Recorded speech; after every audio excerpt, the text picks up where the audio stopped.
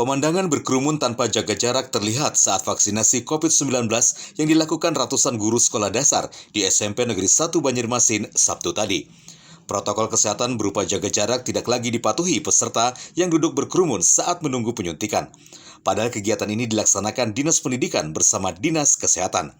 Rombongan Komisi 4 DPRD Banjarmasin yang melakukan inspeksi mendadak ke lokasi vaksin mengaku kaget dan menyayangkan pelanggaran prokes. Selain sudah menegur langsung koordinator kegiatan, pihaknya juga segera memanggil pejabat kedua instansi tersebut.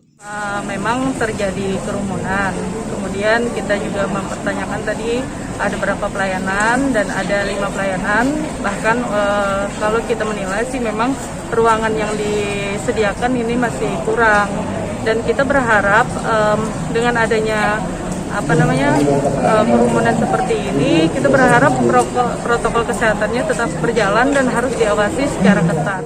Ada beberapa titik yang terjadi kerumunan dan ini tentunya akan menjadi catatan kita tentunya, dan ini akan kita sampaikan kepada dinas-dinas terkait bahwa untuk proses vaksinasi berikutnya ini tentunya pelaksanaannya bisa lebih ditata dengan baik. Pihak Dinkes mengklaim sudah menerapkan jaga jarak, terlebih seluruh peserta memakai masker yang menghindarkan mereka dari penyebaran. Jadi setiap ruangan kami jaga benar, jadi sedapat mungkin menjaga jarak. Kebetulan kan semuanya pakai masker, jadi diharapkan aman. Dan jarak kami atur sedemikian rupa, karena memang kalau bertemu ini kadang-kadang mau ngobrol lah, tapi kami ada petugas kami yang menjaganya. Suntik vaksin diberikan kepada 500 tenaga pendidik tingkat SD dan SMP di Banjarmasin.